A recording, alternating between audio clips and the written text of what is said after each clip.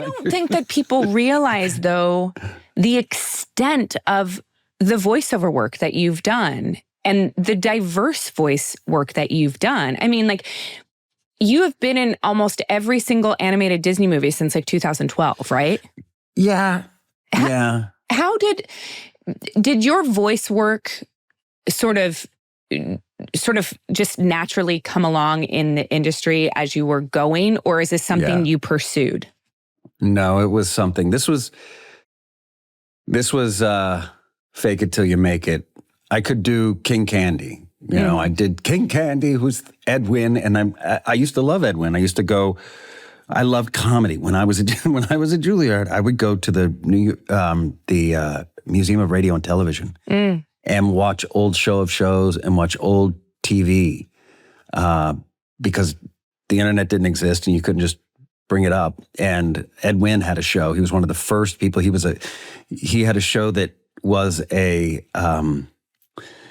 cautionary tale because he had basically come up with all this material throughout his life doing the vaudeville circuit, then got on TV and did all of his material in the first year. And he's like, I'm done. And they're like, well, we got another season. He's like, well, I have nothing. And then there were no other writers but him. So he was done. But so Edwin, he was always in, I remember him from Mary Poppins. I love to laugh. When he was the Mad Hatter, he gives us 2 cups of this and this and this. He had that funny lisp. He was so great in the Mad Hatter. But you're right. It's like, that was his thing. Yeah. And so they had said, hey, can you do that voice? And my agent told them I could do that voice. And she called me and was like, please tell me you can do this voice. I told them you can. And I flew up to Pixar with Sarah Silverman and Jane Lynch, and we all went up, and I did the role. And John C. Reilly wasn't there; it was another guy who will remain nameless. But he turned to me and went, "Are you going to do it like that?" John C. Reilly did? No, John C. Reilly wasn't attached yet. They had this other actor who's in a lot of stuff now. That they were testing him out for the role of Wreck-It Ralph, and I did it for the first few lines. He's like, "Are you going to do it like that?" It's like, yeah, I think they wanted me to. They seem to be laughing. I'm going to just do it my way. He did not make it in the movie. So I went up there, I did that. And then John Lasseter said, hey, man, it's great to meet you. And he said it in a way that I was like, that's good. I feel like that's a good thing. And then we went, and then when they were doing Frozen, and Jen Lee was directing that, and she had worked on Wreck-It Ralph, because they all sort of work on projects together. Jen Lee, who now is in John Lasseter's job, and runs Disney Animation. And she said, come do this role. And then I did the Duke of Weselton, who's an old man. And I'd started out in a different role, but then they cut that role, and they're like, well, how about this old man role? He's the funniest character. My daughter loves to hate him. Loves to hate him. Sorcery. Yeah, he's such a dummy. Especially when he's doing the peacock, though. Oh, yes. And that's fun. You know, like they let you, that's all improv stuff. Like they let you just play. Yeah, they let you, at Disney, they really let you play. And I think that's what, like, I'm not the best voiceover actor. Like, people are great at voices. There are people that I've met that you're just like, oh, you have there's a guy, Nolan North. I don't know if you've met him. He was in Con Man, and he can do things with his voice, like the size of it and how he can twist it around. He can do things I absolutely can't even touch. And then he can also rip what he does with his voice would end my voice for a day or two. Yeah, he can continually do it again and again and again and again. He just has an instrument that's like a pro athlete. But I think my acting and my improv have made the difference for my career because of things like that. And where when they give me room to play, I come up with things that they end up using and that people like. But yeah, so I have done a lot of voiceover now. It's really cool. It's a great job.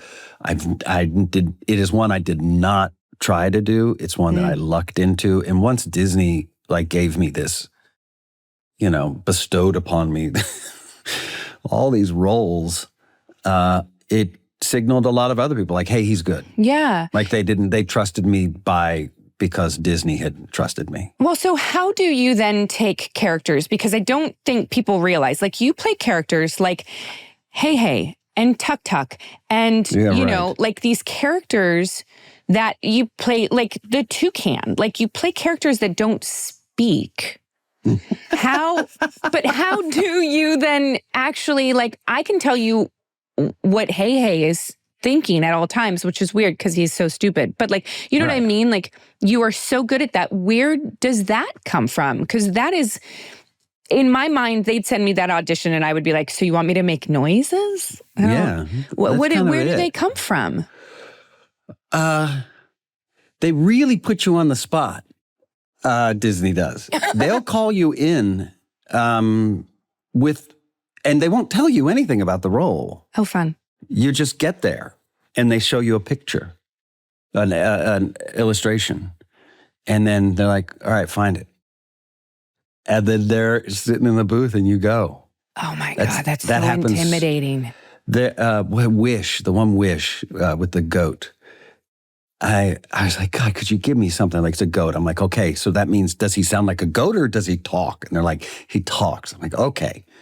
And his name's Valentino. They let me know that he was a goat and his name was Valentino. And so I was thinking they should go to, Valentino. He's Italian. And they're like, we don't do that anymore, Alan. I think that's racist. And I was like, oh, yes, you're right. I think that is probably. I don't have any olive in my skin. There's no fooling anybody. I'm very pale. And so there's this cute little animatic where the star kind of goes on his nose. He's really cute. He's wearing pajamas and then he flies away. They're like, what do you got? And so we're trying these little voices and these cute voices and these other things. And then finally I was like, what if he just sounds like this? What if his voice comes out and he's very deep? And they're like, oh, let's do it. So we did the lines, and they're like, I think that's it. And I said, who knew my voice would be so low? And then they put that in the movie. And that whole thing was just all improv. It was so much. It wasn't the best received movie, but gosh, I love the message of that movie. We love Wish. The music from Wish is extraordinary. It is some of the best music to come out of Disney. I would put it in one of their top movies. It's just wonderful. Well, that's great to hear.